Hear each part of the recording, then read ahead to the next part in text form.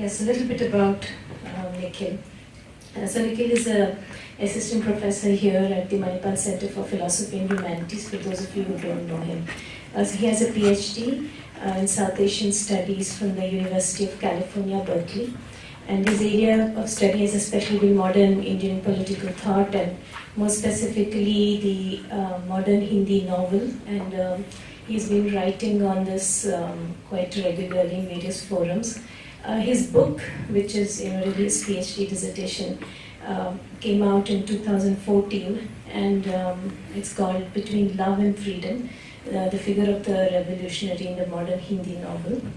And from working closely with Nikhil, I know that even though he writes a lot about the modern political thought and modernism in regional languages, that he has a deep feeling and fascination for ancient Indian history and literature, and so much of this event is really, Sundar's encouragement and also just Nikhil's insistence and passion for that time period.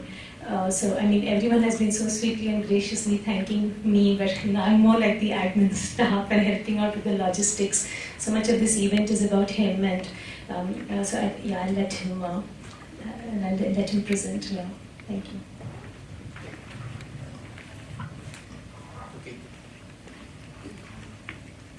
Okay, thank you all. Is it on? Thank you all. Is it on? It is okay. You can't tell from here. And also thank Professor Thapar again for coming, and to repeat what I think I've said more than once already, to engage with all of us who are really not specialists in this field. So I think you've been extraordinarily gracious and generous, because for the most part, at least I don't really know what I'm talking about, but I'll try, and maybe there is one strand or one out of 100 things that might actually be useful. So I'd like to speak a little bit about the book, because I did want to a little bit contextualize the format a little bit. I didn't want the discussion to be overly abstract and to the point where people were asking questions where they had no idea what the books were about. So that's why I did request most of the speakers, and which they've all graciously done, to actually tell you something about the book, or whichever book they've picked, so that you have some real context, right? Okay, so I will also talk a little bit about the book. So it's Professor Devika already showed you the book. I have the photocopy here. So it's 700 pages, and that's rare, and today. It's astonishingly detailed. It carries the weight of this very massive erudition, but it carries the weight very, very lightly. And I think it's really a lifetime scholarship, but it's honed to the point that you can, I think if you really, have depth, then you can carry it lightly and not wear it on your sleeve, as maybe too many of us do all the time. So I can't do justice, again, as has been said many times before, to a lot of the details, because actually in some ways the flesh or the marrow of the book is in some ways the detail, as it should be. And the arguments are very involved, very long, very intricate, and I'm probably going to make a lot of, I hope, small mistakes talking about it. But I think for me, part of the fascination that Gayatri talked about is just, I think if you're working in the modern period, you're very proud of saying, oh, that kind of statement couldn't have been said in the 20s, it could only have been said in the 30s, because you develop this very strong sense of what is possible to be said at a particular point.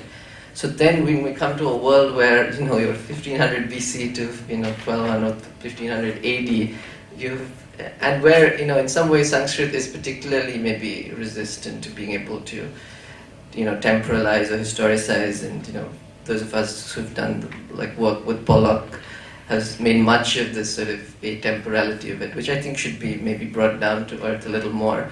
But still, it is just astonishing to be able to deal with that time scale. And I think a large part of the fascination is that you already feel like you're in this world of gods. So I think I'm grateful actually for that, for just the opportunity to actually stay in this world, to prepare this talk. But we've had a whole semester reading the older text, which I dutifully inflict on my students every year, and they nor me have a very good idea why we're doing it. But I think that the more inchoate claim is simply that there is something to be said for a different world, to say it in a strong sense, a different world, right? Otherwise we're too familiar and, modernity, and we're sometimes it's just boring, and I think one has to actually get a feeling for a very, very different world, a very intelligent world, but which could articulate these questions differently, and without the overwhelming weight or conscience, which maybe this differs a little bit from Professor Thapar, of us very conscious of being sitting here looking back. So different kinds of arguments about what it takes to look at that past. So sometimes, as an ethical claim, maybe one has to talk about locatedness in the present. Sometimes one wants to really bracket that off, and because one feels that one can actually uncover more systematic and wholesome and marvelous difference by actually forgetting. And so I have no problems with historians who say, I want to, I'm going to pretend I'm in a time machine, and but that's a different ethics and a different project. So that's part of the diversity of the field. Okay. Since Professor Devika also alluded to it, I'd also want to talk about, and maybe because you're literature teachers, the style of the book, which I think is really a model, again, as has been said, for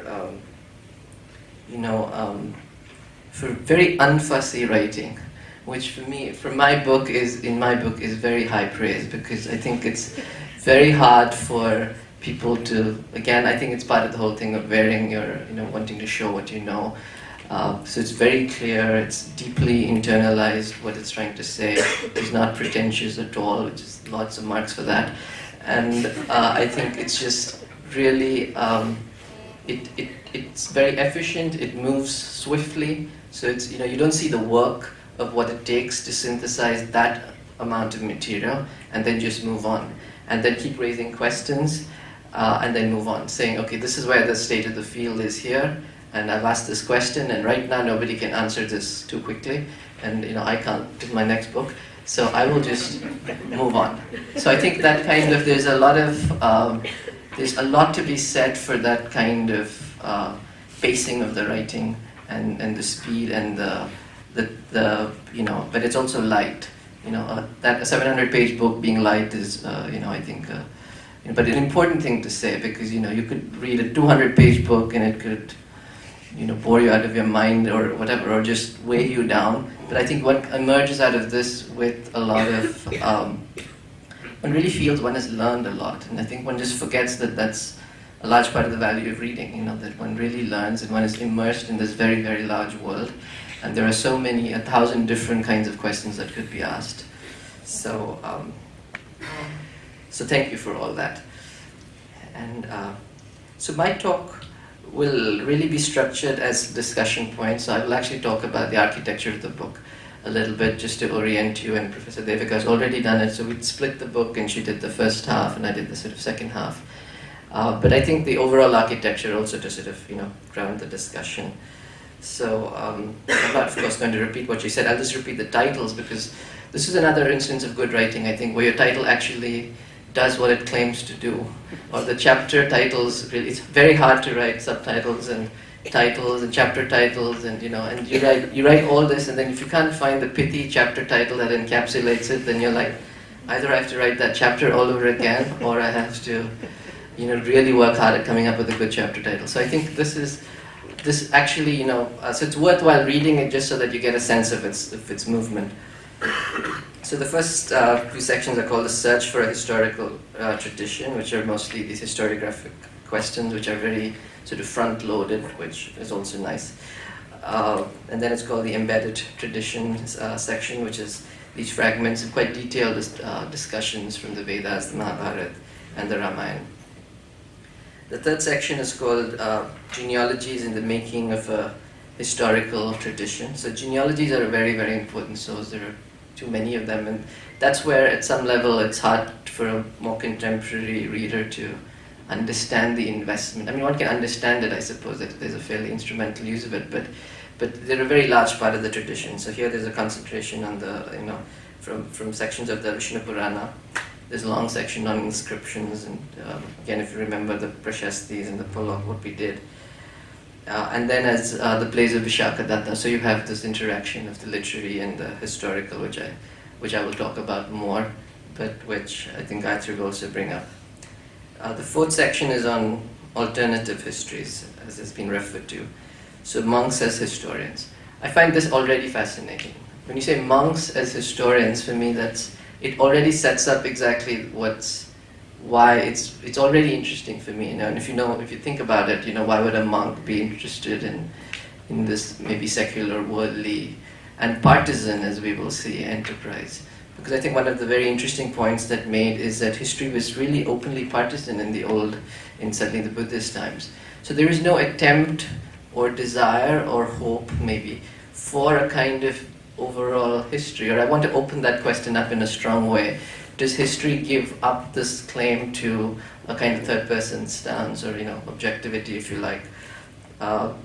So what does it mean to say, yes, this is an openly partisan history? So here, of course, the sources that I use are monastic chronicles from Sri Lanka and Buddhist biographies. So we read in our class, we read the Buddha Charita in some detail, and we compared it to, as is evident and as is sort of foregrounded anyway, the Valmiki's Ramayana. And this is a large question. I'll just say it because not everyone's familiar with it, but a lot of the scholarship now is actually very engaged with this question of the Rama and Buddha being really contemporary and completely competing moralities happening in the same historical time period and in the same region. So you really think about it now, that these are two models, right? And you have a lot of investment in what is the good, what is the good, and you have these very competing kind of ideas of what is the relationship between, say, kingship and the renunciatory life. And that's why in a lot of Buddhism this never goes away, and there's a constant fascination with the figure of the king, and it is important that the Buddha renounced kingship. And of course, they also like their Brahmins, I think, so Buddhism wasn't as we've known. There are lots of prominent Brahmins also. So, but I want to extrapolate from the monks as historians sort of question. I want to ask this question about how does this sort of Brahminical, if you like, and Kshatriya models really, why is it that, the persistent fascination with these twin figures and the idea that you choose and that you have to be one of these people, and to be one of these you have to renounce it. So there are lots of very direct sort of references where, the Gita telling Arjuna to fight in the battle is then, that same scene is sort of repeated in some of the Buddha stories with the exact opposite intention, which is you should renounce. And the true good life is renunciation, and not your sort of martial values, right? Not kingship, not the world. So, so a lot of work of Patrick Olivelle, for example. It's a very fat book by Hilton Beetle on Dharma. And the reason you don't see these fat Sanskrit books in the library is because I take them as soon as they arrive, and so you don't know they exist. But there are lots of very large and wonderful, it's a huge exploding field of scholarship, and I feel like saying even since my undergraduate days and even the 90s, when we did try to read ancient India, it didn't seem that much, but I feel like in the last 15, 20 years, the field has really exploded. And it's history, but also people writing from religious, locationally, if you like, religious studies departments, and of course in philosophy and all of these. There's actually a huge explosion, so it's actually a very, very thriving area of scholarship now, and lots of very interesting questions. And if one uses cultural questions in the good sense of the word culture, then I think it's actually expanded the field a lot, and there are lots of lots of very fascinating work. There's another very large book on the Kavya and turning points with Gary Tubb and Schumann and Bronner, and which is actually looking at history of literature in terms of these turning points and what it is. So it's not the old kind of history, which is just a listing, but actually one is able to relate it more to historical questions, but also more, strong aesthetic and philosophical questions, right? Okay. So the last section is called, to get back to the architecture, it's called Historical Tradition Externalized, and so it again goes back to a lot of the biographies. And I felt there's too much richness in this book to even try to do justice, but I'd like to maybe take off question of biography, because it's somewhere between, if you like, the history and the kavya and literature and all of that, right? So, sorry, you started me early, so how much time do I have? 15 minutes, okay. Okay. So now this is, and the last section is called, therefore, looking back and looking forward. So it's a nice way to end it. It actually then makes a certain point about, I think, I probably can't go into this, but perhaps in your comments about, okay, what is this investment again in the past? To show, and you referred to, I think, Arvind Sharma, for example, in one of the footnotes, and, I think that is a slightly more, one feels more unease with that strand, perhaps, which is trying to say, actually, we were, traditional all along, or, I think there's this anxiety to prove continuity. But I think Professor Raju also raised this question. And so I want to leave it open, this idea that actually there's a lot of continuity or conformity, which is I think the word Professor Thapar uses. And so how does one do it? One has to break out of this, there are lots of still reserves of continuity, conformity. And so that kind of project, which is not very different from some of the, say, the Pollock projects and a lot of the ideas that actually the discontinuity, wherever you locate it, whether it's in modernity or whatever you want to call it, enlightenment, industrialization, science, whatever. But the discontinuity is not, is something to be not over-invested in, right? So how can one make a point for continuity without, on the one hand, falling for a kind of weird, helicopters in the Vedas kind of thing? But how does one take that question seriously also? Right? I think there's a large question, and that's one of the questions I will repeat the more formal questions I said, because the concept of the state, for example, is what I'd asked you about. Okay, so. And then the cleverness of the title, I thought the past before us is marvelous, because before in both the senses, and I think and that's a sort of insight you followed through the book, to be before. So then I'll get into some of the actual, the sort of the meat of the book, which is this question of again the Buddhist jainas, because in some ways, so to this question we have that. We don't have, Indians always don't have it, right? We just never really had politics or political thought. We never really had science. We never really had philosophy. We never really had anything. So, and how does one answer that without, being nativist about it?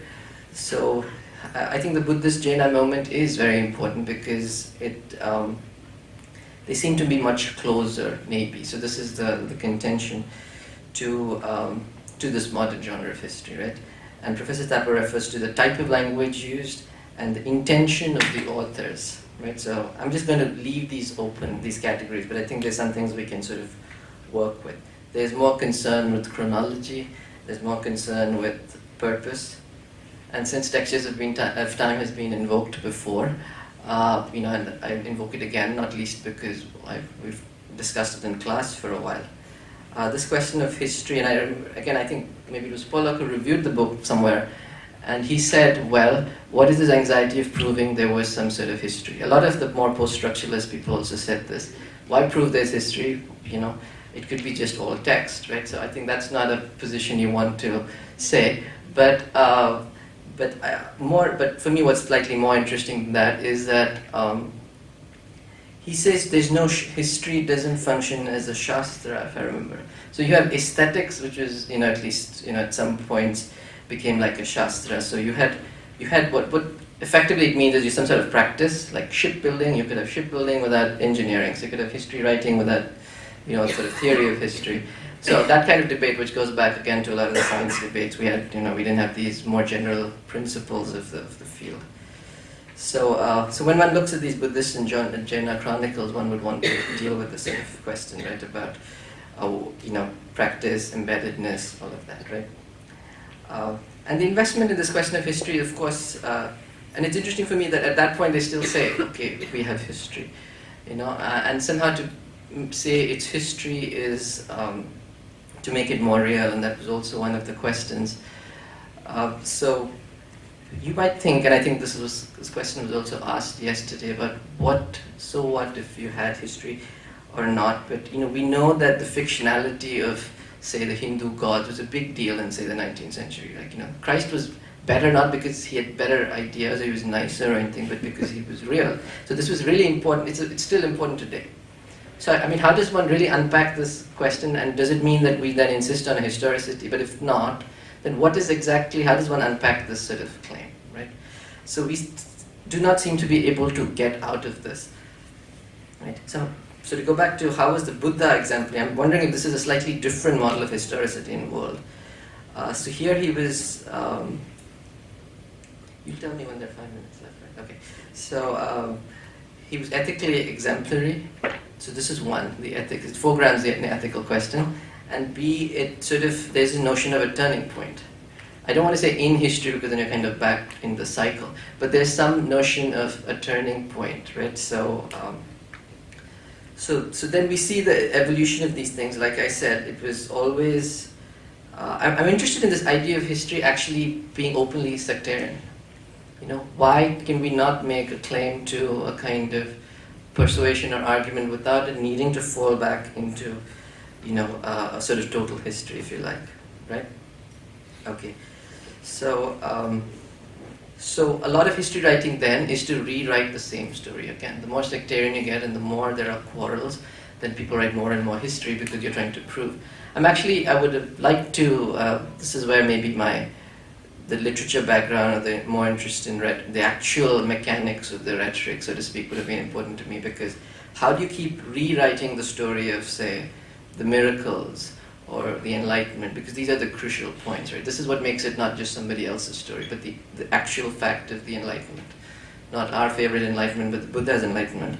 So how does, and every rewriting of it will, I would be actually interested in the textual maneuvers that, allowed this sort of, give space for this kind of obsessive rewriting of it, right? Okay. So what is important in this sort of rewriting? You have the basic core story, and likewise you have the story of the institutionalization, which happens alongside, so the Sangha, and all of the sects, and crucially also of the king. So we know Buddhism, I think in the Dharma sort of work, and again with Oliver and Hildebeetle and all that said, that Dharma starts being used in a new way. And very much, if I understood all these large books, they all read, Indology is now suddenly bursting with large books. If I understood the argument right, it takes this very political and even, if you like, imperialist connotation, Dharma post the Buddhist intervention.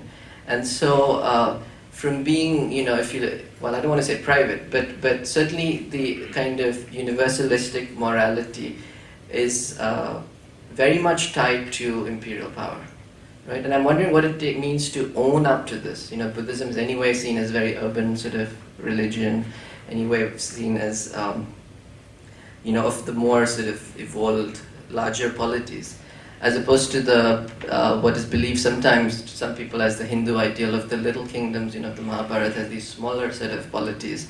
And I'm wondering again how to think through this sort of politically as different political formations, which also not irrelevant to the current situation. How does one think of the smaller polity as opposed to always needing this kind of imperial India polity, right? Okay. So you have yet the little kingdoms, I'm not trying to say the little kingdoms are better, because then you had also a sort of Brahmanical consolidation, and then you had the Varna sort of system, and the state being made in Buddhism as a kind of ethical sort of category, and as well as enlarging the sort of notion of the state, right? So Buddhism, as we know, took a lot of ideas, but I'm interested again in the secularizing move, if you like, where you had all these sort of metaphysical ideas like karma. They had no trouble with that, or they used it a lot.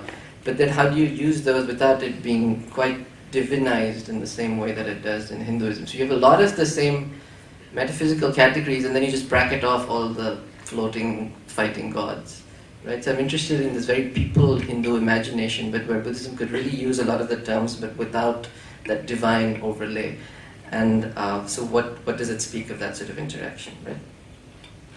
To get into some of the further specifically Buddhist biographies, actually I'm fascinated again maybe more of a literature background, just the genre. So there is something called the history of the future and genre, which is I really like to hear more about.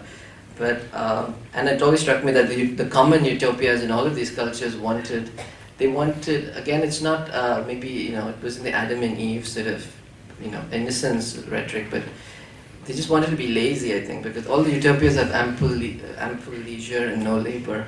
So I'm wondering again how this, because Shramanik actually comes from, as you said, from labor. So how does actual agency and labor and work and all of that really function within these sort of, epistemes? Okay, so, So I'm interested again. So biography, if biography individuates almost as a given, it is about a particular person. I mean, how does it then negotiate that individual type, representation, sort of all of those sort of categories, right? Because it is about the Buddha, but then at some point, of course, you have many Buddhas, and Buddha becomes a bird and an animal, and then he's still giving you gyan on the world.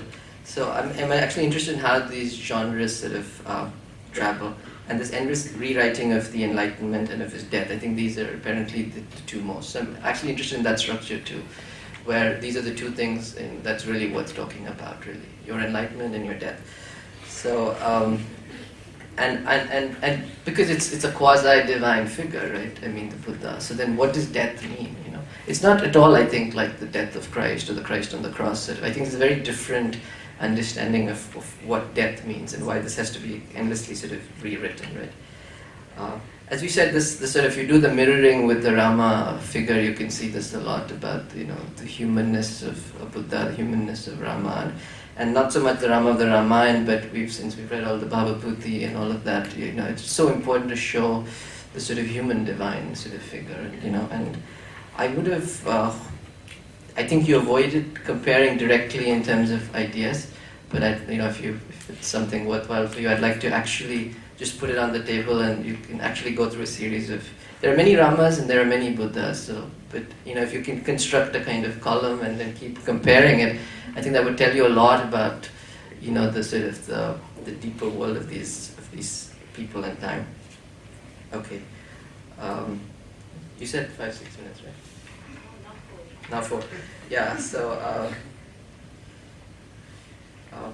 I would look at the structures more. I would have, for example, in a lot of the Buddhist texts, there's a structure is the adoration of Buddha by a past devotee with the former, then prophesying the rebirth of the devotee and the discovery of the Buddha.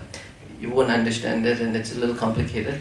But what I mean is, actually, I'd like to learn more about the exact narratological structure, because for me, and I think this is what will maybe Gayatri will also raise, like the exact mode of literary argumentation is a little different, and I'd like to see how that kind of world is really constructed, right? All these pre-birth, post-birth, this adoration, this prophecy. We talked about different notions of time, but this idea of the prophecy is sort of somehow encircling the future is something I'd like to ask more about. So I'm down to you. You said 3 to whatever minutes. So I'll just jump to the questions. As happens with these questions, you a little bit lose interest after you write them, but you've taken pains to write on it, so I will rewrite. I won't reread it, but a little more conceptual maybe than I would have liked, really.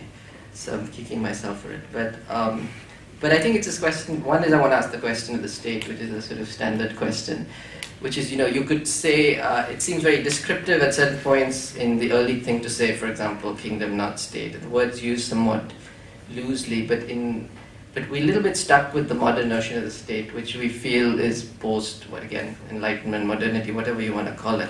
That state is quite fundamentally different from anything that was conceivable in a pre-modern world. Maybe there's a circularity in this argument, but I'd like to hear what is this movement from, kingship or large kingships, imperials to the sort of state?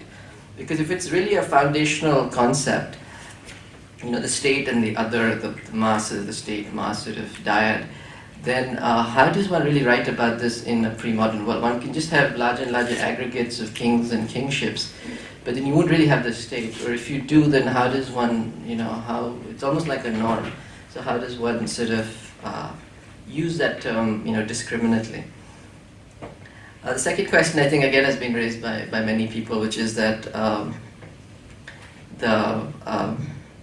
a large part of the claims to historicity is subsets of these larger claims to realities. And I'm just wondering, since you gave me all those fascinating stories about the 60s Delhi University, but it just did seem like, you have a large resource in Indian philosophy, which is asking a lot of these questions about, the reality and logic and the nature of these propositions and what kind of evidence and how does one, the steps of inferential reasoning. And it just seems that was bracketed out of historiography for a long time. And I'm just wondering if there's any interest. I mean, in this book you do refer to Matilal and, but I'm just wondering, it's been largely absent, and I'm just also wondering if you could speculate on what the larger prognosis of the situation would be, because there is a very large body of work which is exactly interested, as all philosophical schools, on these questions of reality and, types of statements, types of claims.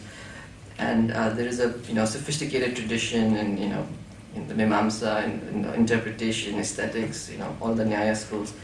So this is more like, how come this was just not there, and then what might be, how might it play out in the future? And the last question is maybe regional, and you can not address it because I don't quite know how to ask it. But again, I think the question about South India was brought up last time, but I'm interested in now, maybe more in the present. How does one imagine solidarities that are not geographic? Because that is such an obsession, all the way, as you referred, from Savarkar onwards, a sort of geographic integrity of a space. And how does one imagine the region, but not necessarily in a very easily, imagined way, like region, like geography or language or caste, or caste, for example, cuts across. So how does one use this word regional as a way of hacking away at these larger polities, but in a way that doesn't surrender too quickly to very preformed categories of of caste and language and maybe even caste? So thank you again for the opportunity. Perhaps I should begin by saying that the book originally was 1,200 pages. And it was my publisher who said, I don't think this will work, you better knock it down. And it broke my heart, because I then spent 3 months on reading page after page and sort of saying, should I really turn this out, or should I leave it in? Can't I just let it be? But anyway, I did finally bring it down, and I'm glad I did, because I think it would have been unreadable at that length. But there we are. The state, let me begin with the state. We all think that the state is post-Enlightenment, and therefore everything that came before had a certain uniform form, and therefore the state was not too important. The changes in the state were not so important. But let me begin by saying that the state, we must think of the state in terms of a category with many typologies. There isn't a single state. There are certain characteristics which we assume existed in what we call a state. But the balance of these characteristics always differed. And therefore, when one is talking about a state, when I talk about the state, I do insist that the Mauryan state was very different from the Gupta state. And we don't just talk about the state. We have to be much more categorical about the kind of state we mean. The state is a recognized community living under a particular form of government, and the form of government may change. And there are many theories from the past which are justifications of the emergence of government and its attendant state. One of my favorite examples is the difference in the Brahmanical and the Buddhist sources. In the Brahmanical sources, we're told that government and the state came about, or government certainly came about, with the battle going on between the Devas and the Asuras. And the gods were losing and were getting desperate and didn't know what to do, so they appealed to Prajapati, and Prajapati appointed Indra to lead them in war. And that meant victory for the Devas, and finally it meant establishing a system under the aegis of Indra, who then appointed Manu as the first ruler. It's very much based on dependence on deities and appointments from the deities. The Buddhist version, of course, is directly the opposite, that there was once a pristine utopia where everybody lived in complete harmony with each other. There was no problem at all.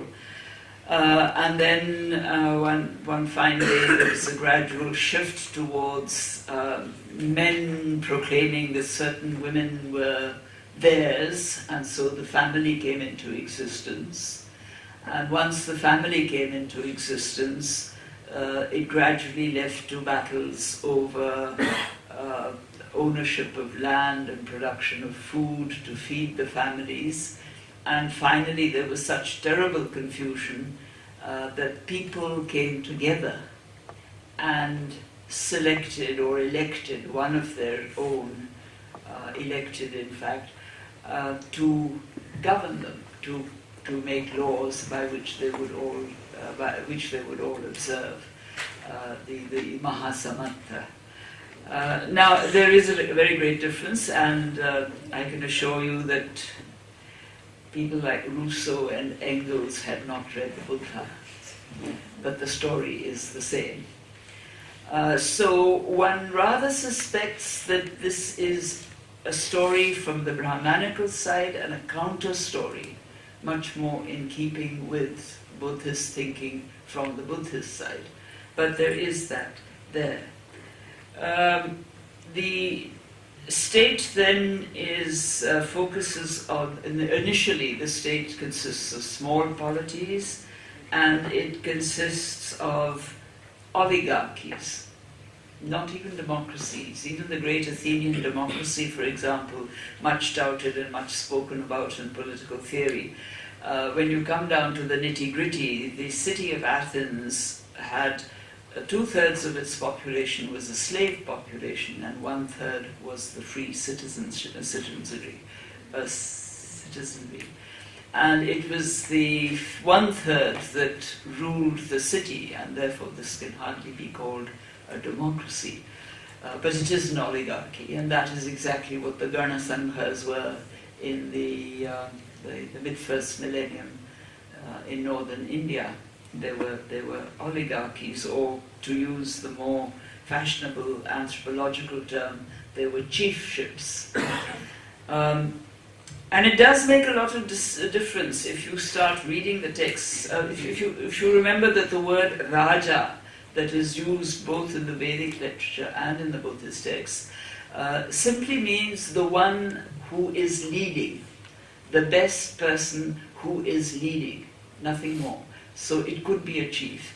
And I at least have argued in this book that I think that clan society with chiefships was really the initial society before it turned into kingships. And the meaning of Raja then changed from being the one who leads, who is the brightest, to the one who governs with divine sanction, as the Brahmanical sources would have it. We do have Kaudilya holding forth on this, and he's very clear in his definition of the change that takes place, change which is evident from the inscriptions that took place in the Mauryan period.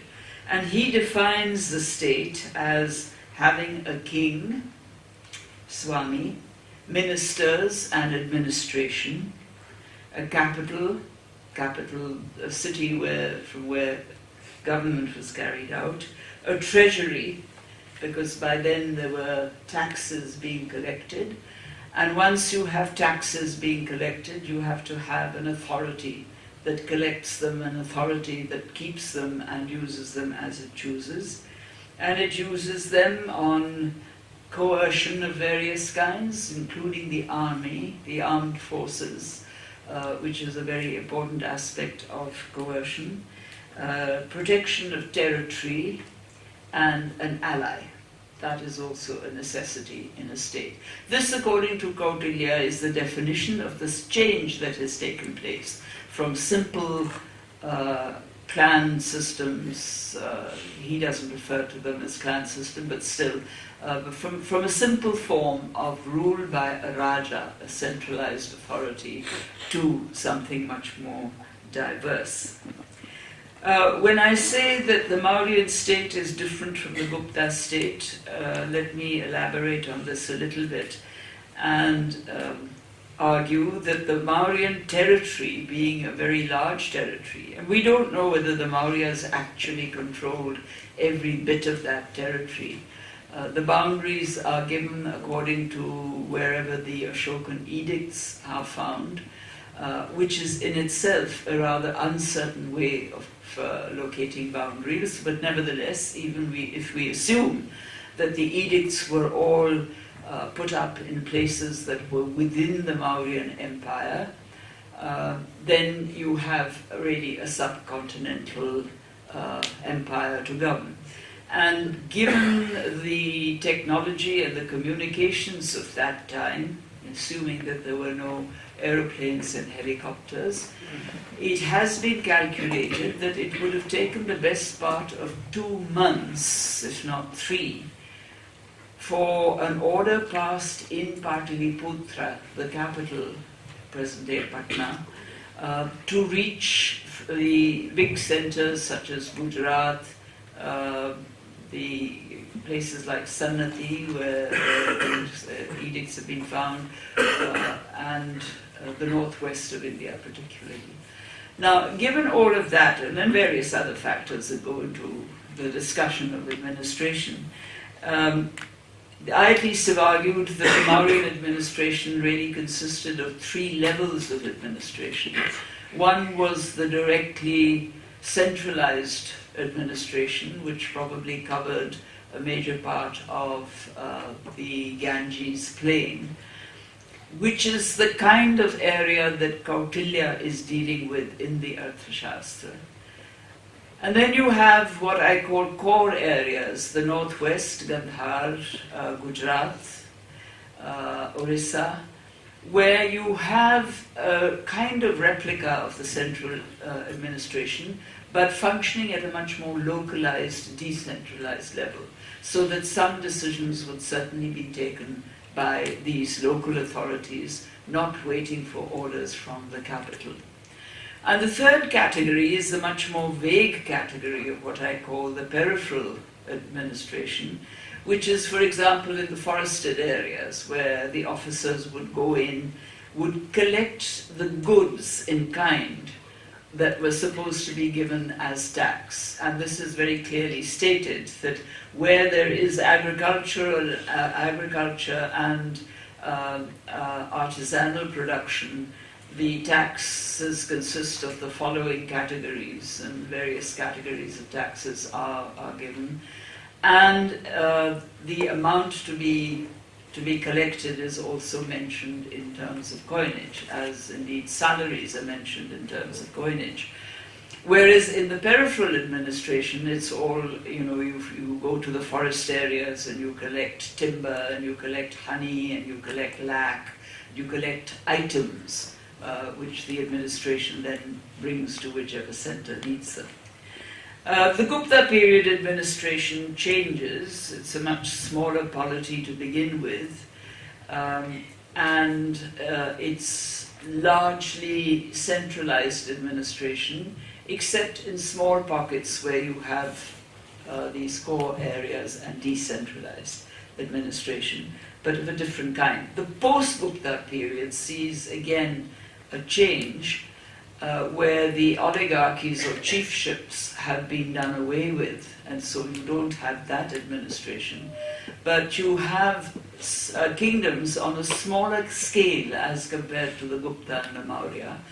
And you have many new kingdoms coming up through a system of land grants.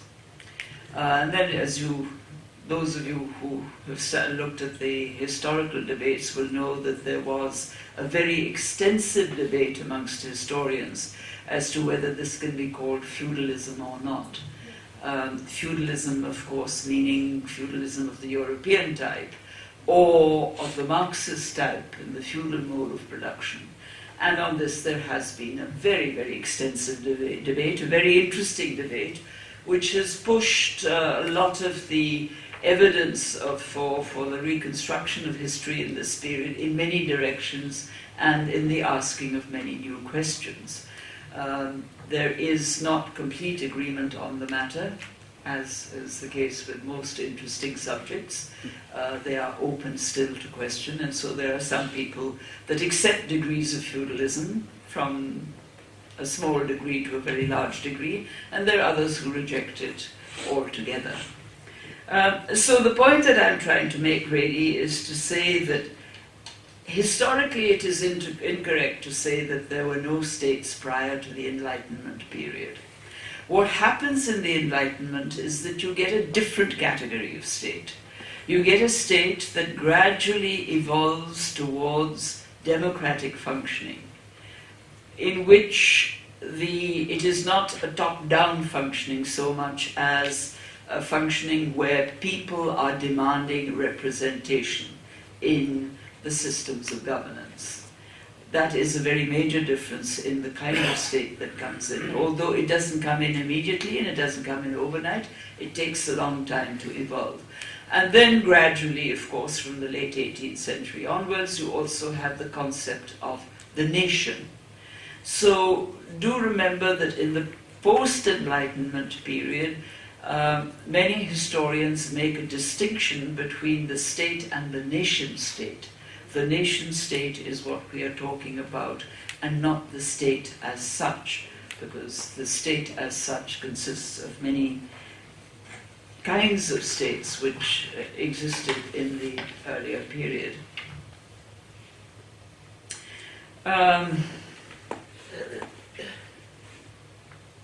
Yes, on this very interesting question of why do historians not read more philosophy?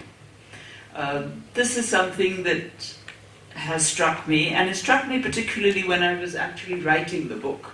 Not so much when I was researching it and putting it together, but certainly when I was writing it.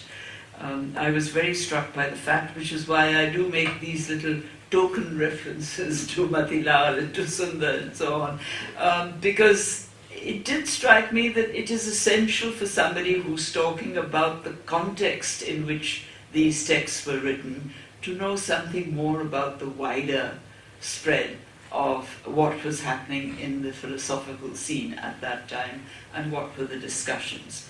All I can say is my apologies for this lacune. If I had my life all over again, I think I would start off by studying philosophy and then come to history. But unfortunately, I don't have my life all over again, and the present one has a limited span. But I think there's another historiographical reason as well, which is that my generation, at least, grew up in understanding philosophy essentially as a totally unreal, idealistic way of thinking. And I think that this was partly the impact of nationalist philosophy. I mean, when you consider, if you take a book, I'm not being disrespectful to philosophers, but if you take a book like Radhakrishnan's History of Philosophy, and as a historian you start reading it, and this was the great book that was always quoted. I mean, this was the nationalist history of philosophy. This was any intellectual with any pretensions to being anything should quote from Radhakrishnan. And I do remember trying to books to read it, but I just found that I couldn't proceed. And so I think there was this feeling that, philosophy is unimportant because it's all idealistic. It's utterly unreal. People are just talking about abstractions all the time. And whereas we are talking about what we believed we knew, the reality. So this kind of dichotomy was very strong in those days, and that was, but this is not reason enough for having avoided doing something that we should certainly have done. I like to think, however, that there was a little, a slight borrowing of issues like the importance of logic and reasoning that came to us from the philosophical discourse.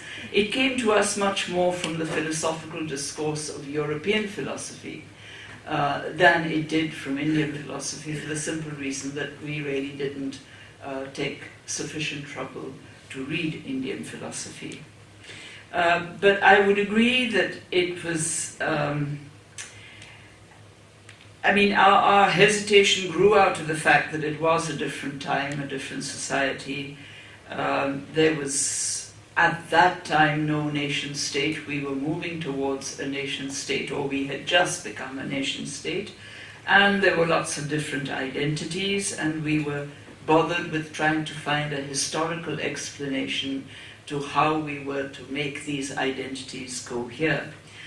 So that is my rather lame excuse for not having done what I should have done. Does history give up on claims to being non-partisan? No, I don't think so. I think written into all history is an understanding that one can't help but be somewhat partisan. The important thing today, for example, is it's always being said that historians have a bias, but the important thing is that that bias should be made evident. Not by starting a chapter by saying, I am a Marxist or I am a non-Marxist, but the way in which you argue, the way in which you reason, the kinds of evidence that you bring to the discussion, the kinds of generalization you make, should make it clear somewhat where your partisanship lies. And this is something that, one is very well aware of. The interesting dichotomy that you suggested between Rama and Buddha is something that is interestingly being worked on these days, both by a few historians and more by historians of religion, where it's being argued. The question has been asked, and I must say that after recently having reread the Bhagavad Gita, the question has been asked, how much of the Gita is actually not a response to the Shramanic tradition? And as you read it, if you keep that question in mind, as you read the text, you begin to say, my goodness, he is trying to answer those questions. It is very much a response. As far as the Buddha Charita goes, the Ashvaghosha confesses to being deeply influenced by the Ramayana. And he's writing his text on the basis of the Ramayana. But also remember that a religion that is propagating itself through kind of conversions, not exactly a conversion, but a kind of conversion, does need the biographies of its founders and its major characters. And therefore it's not surprising that the Buddha biography was being constantly written and rewritten time and again, because it was a very important text in the process of propagation. The question that I've often thought about recently is not so much the Brahman Kshatriya ideal in the opposition of Ram and Buddha, because remember that the Kshatriya ideal at that stage was not so much the ideal of violence and warriorship, it was land ownership. The Kshatriyas were the owners, they were members of the clans that owned the land. And this puts a slightly different emphasis on the kinds of roles that the Kshatriyas played. I mean, the famous quotation from the Shatapad Brahman where it talks about the Kshatriya eats the Vaishya, eats the Vish, the clan, in the same way as the deer eats grain. This is not a violent eating. This is a kind of grabbing, absorbing, laying claim to that. But I've often wondered whether, in fact, the dichotomy is not better expressed in Krishna and Buddha rather than Ram and Buddha, given the fact that Krishna, especially in the Mahabharata, the Krishna of the Mahabharata, is not someone who conforms to the rules and regulations of moral behavior very closely, in as much as the propagation of violence in itself is, from the Buddhist point of view, an unethical position. So I think that is the kind of work that is being done now on this very interesting period of after the Buddha and after the Mahabharata, what is going on, why are bits and pieces being added onto the Mahabharata, like the whole of the Shanti Parvan and the Anushasan Parvan. Isn't this a discourse that's going on with the Shramanic tradition? And I think that this is certainly a question worth considering.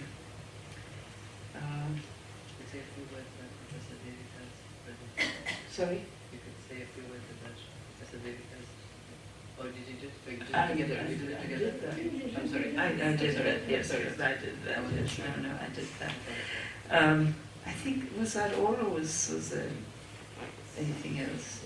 The question of region, of course, is very interesting, but do remember that when we say caste was universal across the subcontinent, it was treated very differently according to the regions. I mean, the way in which castes, whether Hindu castes or castes in Islam or Christianity or whatever it is, the regional impact, the regional culture, the regional geography, the regional history was very strongly felt in the way in which caste was articulated. The Brahman of Kashmir is very different from the Brahman of Tamil Nadu. And certainly the attitudes to the middle castes between the two extremes are very, very different from region to region. So I think that the question of region is something which we haven't addressed fully, neither historically nor in contemporary terms. But it is an important question to keep in mind.